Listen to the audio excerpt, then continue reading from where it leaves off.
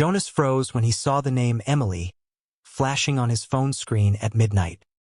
He glanced over at Linda, his new wife, sleeping soundly beside him, then slipped out to the balcony, gently sliding the glass door shut behind him. The Colorado night wind was colder than usual, but Emily's voice on the other end of the line was warm and familiar, like an old song he'd heard 1,000 times. "Do you remember those late-night pancakes?" she said, half joking, half sincere. Jonas chuckled, but his heart beat a little faster. Their conversation flowed effortlessly, about work, the old days, even the time he nearly called Linda by the wrong name in the kitchen. The call lasted over 30 minutes. When he finally returned to bed, Linda stirred slightly but didn't wake. Jonas lay down, eyes wide open in the dark. He knew he'd just taken a small step, one that could lead to something irreversible. Jonas was a 52-year-old software engineer living in Boulder, Colorado. He wasn't the kind of man drawn to chaos or crowds. He spent most of his time at home, working remotely from a small office with a view of the Rocky Mountains. 3 years ago, after divorcing Emily, his first wife of nearly 2 decades, Jonas lived alone for a long while, until he met Linda at a local book fair. Linda brought with her a calm and steadiness Jonas had never realized he needed. She was a first-grade teacher, patient, composed, attentive to life's small details. Their marriage, now 2 years in, wasn't fiery like his last relationship, but it was warm, dependable, at least for Linda. Their life unfolded peacefully. Weekend hikes, dinners together, occasional visits to family. Linda trusted Jonas completely, and that trust made him feel guilty, even though he hadn't done anything wrong. But things started to shift when Emily, the woman who once shattered his heart, drifted back into his life, as if she'd never left. His marriage to Linda wasn't flashy, nor was it marked by dramatic fights like with Emily. Everything here was calm, still, like a quiet lake at dawn. Linda lived by principles but was gentle in her ways. She woke early, made coffee for both of them, then prepped her lesson plans before heading to school. Evenings were spent dining together, sometimes watching an old movie, or reading in silence. Not many words, but there was comfort. A little sanctuary they'd built, away from the noise of the world. Jonas appreciated Linda, or at least he thought he did. She never questioned him. When he had lunch with a female coworker, Linda simply smiled and reminded him not to forget his jacket. When his phone lit up at night, she just rolled over and went back to sleep, never asking who it was. But it was that very trust that made Jonas feel small. He once believed that a life without drama was exactly what he needed. That after a passionate but painful marriage with Emily, the peace he found with Linda was a gift. And for months, he truly believed he'd closed that chapter. Emily was just a name from the past, a memory tucked away. He even avoided deep conversations about the old days to keep Linda from feeling uneasy. But people don't always stay in peace forever. When Emily texted him after 3 years of silence, a simple hello, Jonas hesitated. But then he responded. And from that moment on, with each passing day, a tiny crack began to form inside him, one that Linda never saw. Jonas never thought of himself as the kind of man who got bored in marriage. He didn't need candlelit dinners or fiery passion like in his 20s. He'd lived through the wild years and knew what truly lasted. But slowly, the steadiness with Linda began to feel too quiet. Not because she did anything wrong. Linda was still devoted, still gentle, still wrapped her arms around him each night like it was the most natural thing in the world. And that was the problem. He didn't know where to start complaining. There were no arguments to work through, no obvious fault to blame. Just a quiet emptiness, like sitting in a sealed room. Air is plentiful, the light is soft, but somehow it doesn't feel like living. Jonas started to realize he no longer told Linda about the little things in his day. His texts grew shorter. Dinner became a string of routines, comments about the weather, work, then silence. Each person on their device in their own corner. He wouldn't call it boredom, but he mourned the fading connection neither of them seemed eager to rescue. Maybe if Linda had been more jealous, more confrontational, he would have been pulled back. But she wasn't. She trusted him completely. And Jonas felt lost in the very peace he'd once prayed for. Then, one autumn afternoon, while browsing old photos on his hard drive, Emily's face appeared, younger, more alive, her eyes sparkling with something Linda never had. Not because Linda lacked anything, but because Linda wasn't Emily. And that's when a vague but undeniable thought crossed Jonas's mind. If I stay in touch with Emily, is that really wrong? The first text from Emily came on a Friday afternoon. Just one simple line. Are you still in Boulder? Jonas stared at the screen. It had been 3 years since they last spoke. No mutual friends. No ties. She was supposed to be gone from his life. But one message, one old name, was enough to make his heart race. He typed a reply, deleted it, typed again. Finally, he wrote, "Still here. How about you?" And from there, the secret conversations began. At first, just a few messages, Emily sharing photos from recent trips, a couple of updates about work, old friends.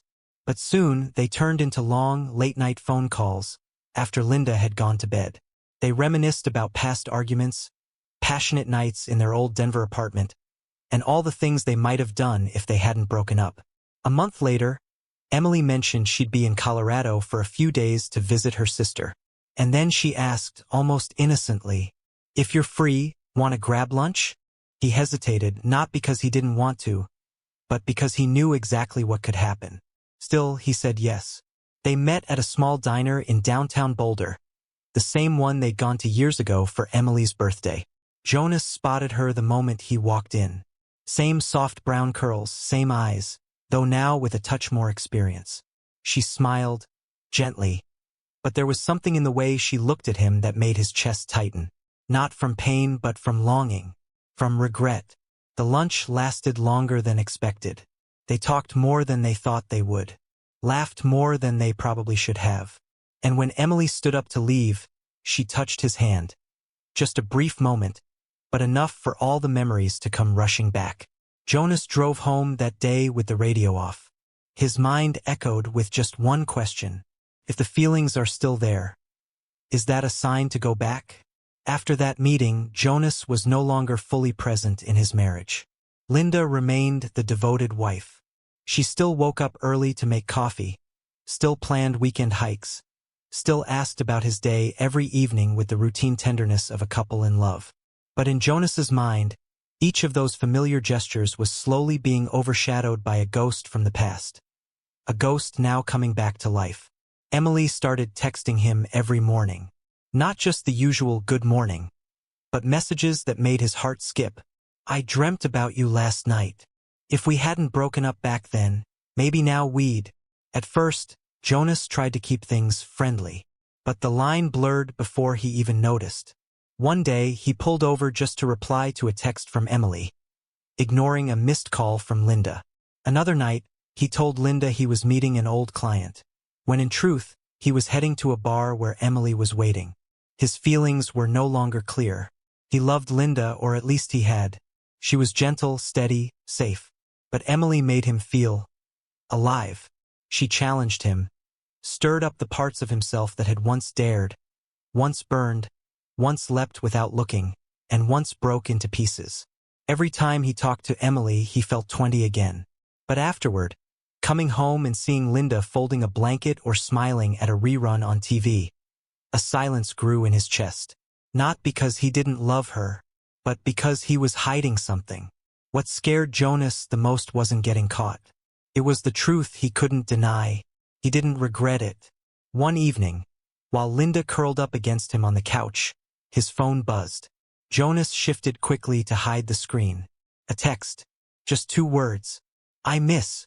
From that moment, Jonas knew this wasn't going to stop at just messages. It was a gray Thursday afternoon. Rain starting to mist over Colorado. Emily texted, "I'm near your place. Want to grab a drink?" Jonas meant to say no. He typed, "Can't. I'm busy." Then erased it. A pause. A breath. Then he wrote, "Just 30 minutes." They met at a small cafe tucked away on a quiet street. A place they used to go over 10 years ago. When Jonas walked in, Emily was already there, hair falling gently over her shoulder, a cup of hot tea in her hands, and a gaze that pulled him straight back in time. No one mentioned Linda. No one said marriage or consequences. Just two old souls sitting across from each other, like no time had passed. They laughed, talked about work, about kids, about times they almost ran into each other but didn't. The air between them hovered somewhere between nostalgia and something unspoken.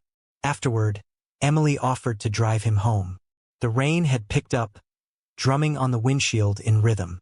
When the car pulled over near a park, she turned to him, her voice soft but serious. "Jonas, have you ever wondered what life would have been like if we never broke up?" He didn't answer, but he put his hand on her thigh.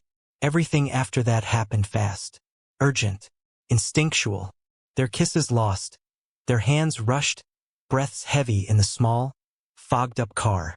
None of it felt real, just two bodies that once knew each other, now crashing back together after being held apart for too long. When it was over, they didn't speak, just sat there in silence. Jonas stared out the window, heart a mess. He wasn't the good man he thought he was. He had just betrayed the woman waiting at home with dinner, all because of a woman who belonged to the past. And the most haunting part was that he didn't feel guilty. The next time, there was no rain, no excuse, no need to hide it behind a casual invite. "Are you free?" Emily's text came on a Tuesday afternoon. Jonas was in his home office, halfway through a technical report. Linda was downstairs on a Zoom call. Her child was napping. He saw the message and stood up. That time, they met in her car, parked behind a yoga studio. The next time was at a small motel near the weekend flea market. They chose quiet places, out of sight, no cameras, no curious front desk staff. Each meeting felt like coming up for air after holding his breath too long. They weren't falling back in love, but they couldn't stop. Jonas knew he was going too far, but Emily had a way of making everything seem harmless. She called him her old friend, said they were just filling in the space that used to exist between us. Sometimes they had lunch and didn't even touch. But the way she looked at him, with memory, with longing, with quiet fire, made him feel chosen again. One day, after leaving a motel, Emily said something that chilled him. "I'm not trying to steal you from Linda, but I'm not letting go either." Jonas didn't know how to respond. And that was the problem. He'd never once said no to her, never even wanted to end it. Every time he returned home, Linda was still the same. Kind, patient, loving. But to Jonas, she was starting to fade. Too steady, too predictable. With Emily, every meeting was an escape. A space where he didn't have to be a husband or a stepfather or a man who always did the right thing. He was just Jonas, the man who once loved wildly, who once lost, and who now was trying to reclaim a piece of who he used to be. What he didn't realize was that these secret moments weren't just escapes. They were evidence. And soon, Linda would see the truth he'd been hiding all along. Every time Jonas walked back through the door after seeing Emily, he looked like a man who had just survived a storm, calm on the outside, but torn apart within. The wreckage was internal. Linda greeted him with a soft smile and a simple question. "Was work okay today?" And Jonas, still playing the role of the attentive husband, replied, "Yeah, it was fine." But it wasn't. Nothing inside him was fine anymore. Jonas started having trouble sleeping. Every time he closed his eyes, he saw Linda folding clothes for her daughter, the little girl who'd started calling him Dad so naturally just a few months ago. He thought about the quiet mornings, the three of them having breakfast together in the kitchen, listening to the soft click of the toaster. The family, not perfect, but peaceful. And then, he'd remember the way Emily's hand had touched his back in the car. Light, slow, right in the spot Linda had never touched. He remembered the times they didn't speak, just looked at each other in a haunting silence. Like reading an old journal they both knew would never end well. He began to ask himself, what am I doing? This wasn't a game. It wasn't just old friends catching up. This was betrayal, deceit. This was stepping all over the trust of a woman who had placed her heart in his hands. There were nights he wanted to confess, to tell Linda he was weak, that he was stupid, that he didn't deserve her. But then he'd wonder, who would that confession be for? To set himself free, or to sentence someone else to pain? In Jonas's mind, the two women were starting to look like two cliffs. On one side, Linda, the present, stable, unconditional love. On the other, Emily, the resurrected past, wild, alluring, and dangerous. And him? He was suspended between them, neither choosing nor letting go. Each day, the thread of trust pulled tighter. And he knew if he didn't stop, it would snap. But he hadn't stopped yet. Linda didn't suspect anything at first. Jonas was the kind of husband most women her age would dream of. Calm, a good listener, dependable when it counted. But sometimes what you notice isn't what's there.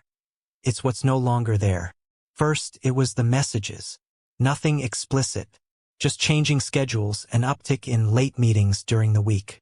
Once, he walked out the door and forgot his laptop. Completely unlike Jonas.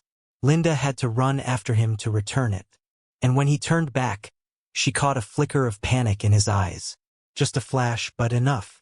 Then came a Friday evening. Jonas said he had a client dinner in Denver. Linda stayed in the living room, remote in hand, unable to remember the last time they'd watched a movie together. She opened her phone, absent-mindedly scrolling through old photos, until she stopped on one from 2 years ago. She and Jonas holding hands on a hike through a pine forest. She studied his eyes in that picture, then thought of how he'd looked lately. Something had shifted.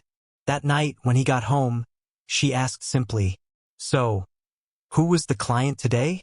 Jonas answered immediately, without hesitation. But the name he gave, she'd heard it before. Not a client. A former coworker who had switched companies a long time ago. Linda didn't push back. She just nodded. But her heart started beating to a different rhythm. The suspicion led her to do something she never thought she would. Open the iCloud location history on Jonas's iPad. Password? He'd never changed it. And there it was, Friday night. While he said he was in Denver, the red dot showed him clearly in a restaurant district north of Boulder. Not an office. Not a client location. She stared at the screen, her mind unraveling. There was no proof of an affair. But something was very, very wrong. Linda set the iPad down, climbed into bed, and lay there in silence. She said nothing to Jonas that night. But in her heart, a truth had begun to awaken. 3 days later, Linda couldn't hold it in any longer. Jonas's behavior, his wandering eyes, the forced smiles, the clipped conversations, made her feel like a stranger in her own home. That Tuesday night, after dinner, while he was washing dishes, she leaned against the counter. There was a long pause. Then she asked gently, but with a force that cracked the air, "I want to know, are you still in contact with Emily?" Jonas froze. The porcelain plate in his hand slipped against the sponge. 1 second, 2 seconds. He didn't turn around, but she saw the tension ripple through his back. "She's just a friend," he said, still facing the sink. "What kind of friend calls at 11 at night?" Linda's voice began to tremble. "What kind of friend texts? Do you still remember our Friday lunch?" This time, Jonas turned to face her. His eyes were heavy with exhaustion. "Linda, I'm sorry. I was going to tell you. But I was scared." "Scared of what? That I'd find out the truth? Or that you'd lose her?" Linda stepped forward, her voice breaking. Jonas said nothing. She knew he was searching for words. But it was too late. "I believed in you, Jonas. I thought I was the new chapter and she was the past.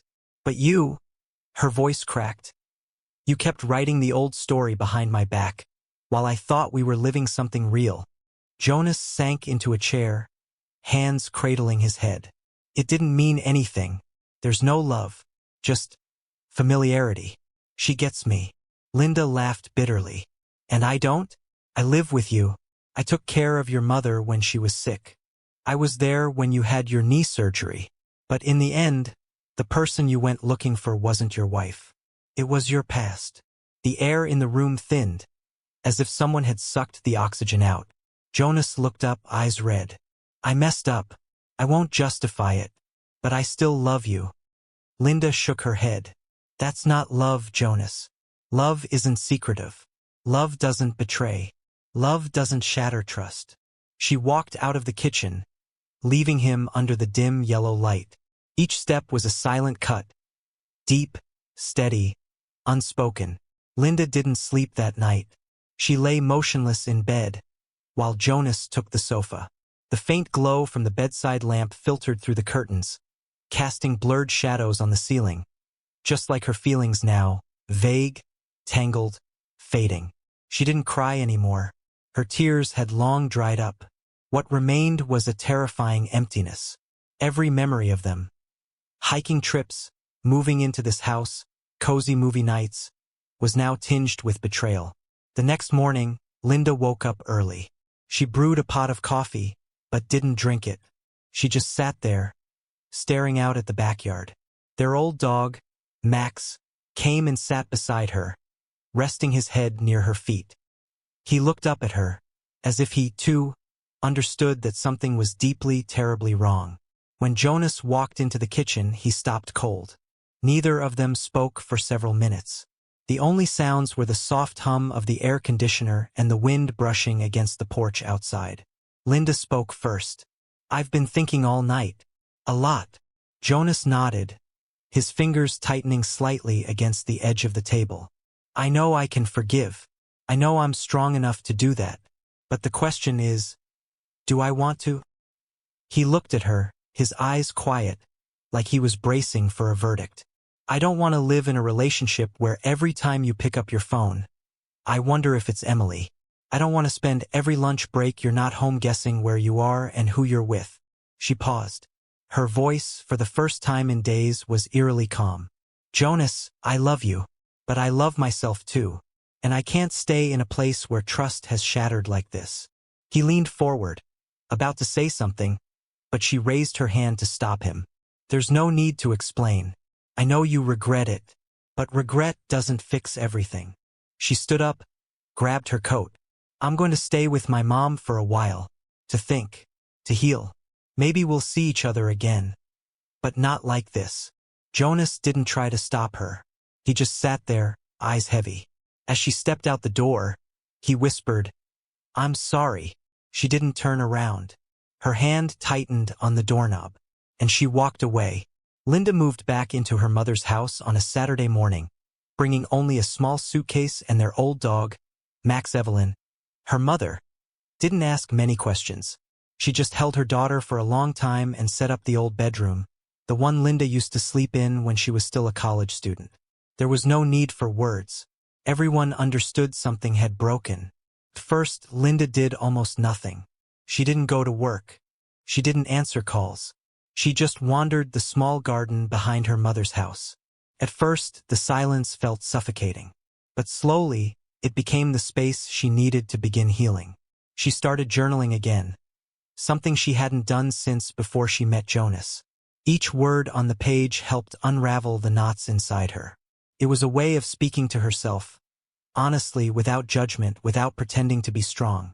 Jonas texted her, briefly, sometimes just, "I miss you," or, "I've been thinking about us." But Linda didn't respond. She knew that if she replied once, there would be a second time, and all her resolve would begin to slip.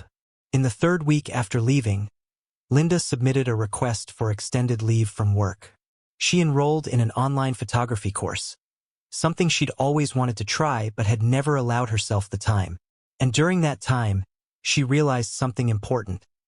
Life after marriage didn't have to be a punishment. It could be a new journey, a chance to rebuild, not from scratch, but from the pieces left behind. Jonas, according to a mutual friend, was still living in their old house. He no longer saw Emily. In fact, he seemed to have cut ties with most of the people who had known the two of them before. But Linda didn't care about that anymore. She was learning to move forward, not to forget, but to continue living with the truth that some chapters in life must end so new ones can begin. After Linda left Jonas, it wasn't just their marriage that changed. The entire web of relationships around them began to crack, even collapse. Their mutual friends, the weekend dinners, the casual invitations, all stopped. No one quite knew who to invite anymore or what to say to whom. Some friends, especially Linda's close circle, took her side. They were furious on her behalf, sending long messages, sharing stories about how they'd always had suspicions about Emily but never dared to say anything. They called Jonas's actions stupid and unforgivable. Linda read their messages but didn't respond. She didn't want to feed the anger. Jonas's side was different. His tennis buddies still met up with him, and most of them stayed quiet. A few said things like, "Only the people inside the marriage know what really happened." It was a convenient way to avoid picking sides.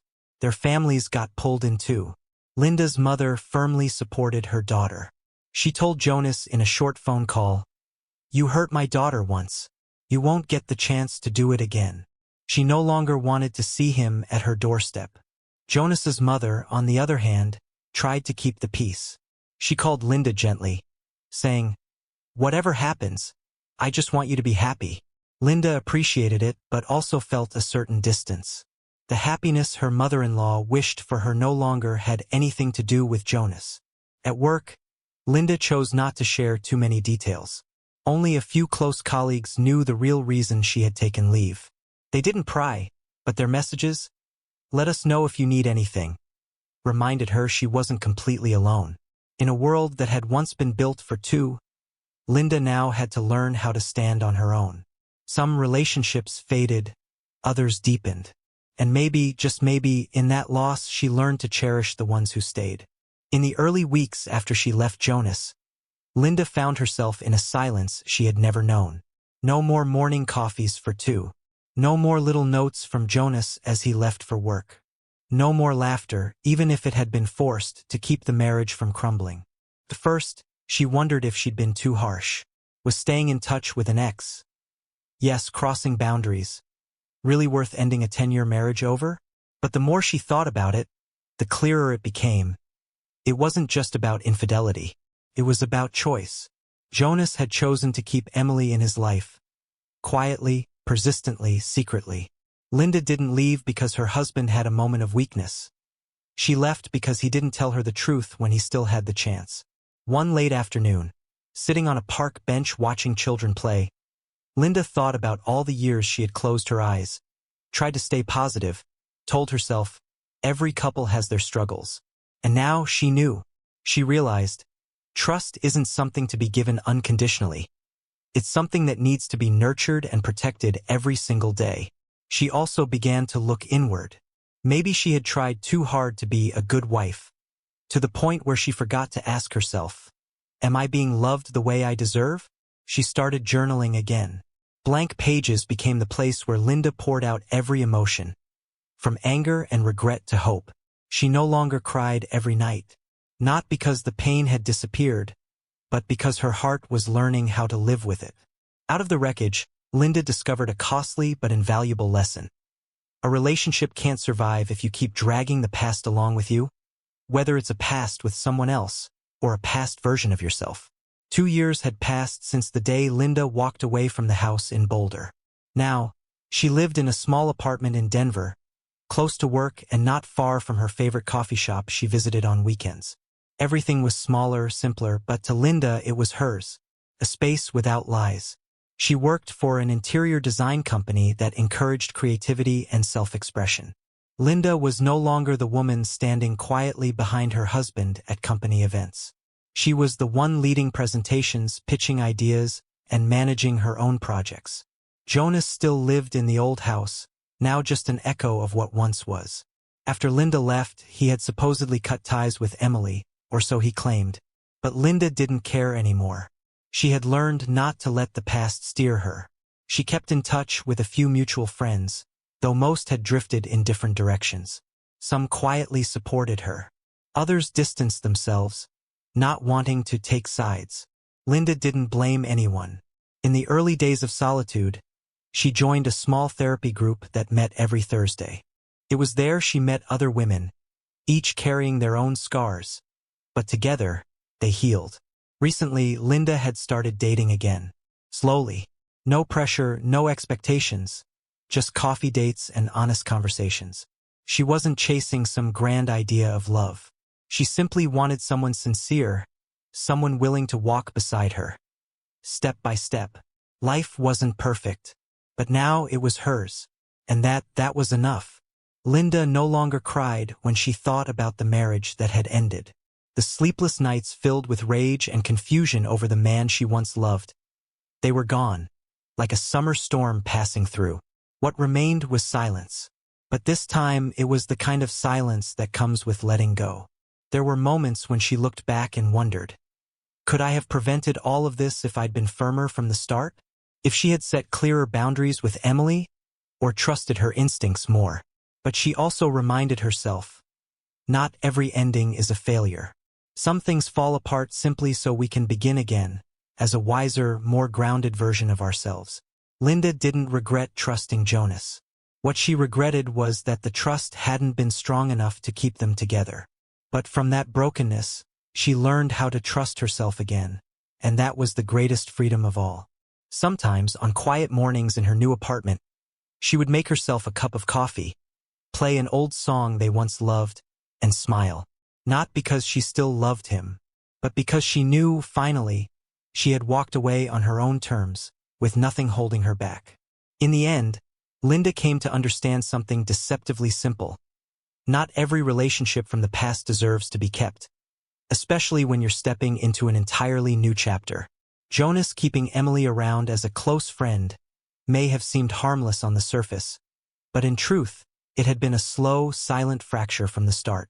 The late-night calls, the private lunches, the cryptic messages, all were signs of a door that should have been closed long ago.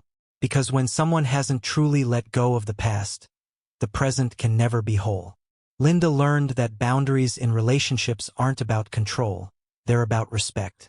Everyone has a past relationships, unfinished emotions. But once you choose to enter a new commitment, the most important thing is clarity and honesty. Betrayal doesn't always begin with physical touch. Sometimes it begins with what we choose to hide, with the things we don't say, with the moments we refuse to be clear, letting an old flame creep quietly into a life meant to be shared with someone new. Now, Linda no longer tries to hold on to anyone. She chooses to hold on to herself. And from everything she's been through, she knows this. Real love doesn't come from the past. It comes from the courage to step forward, with clarity and wholeness.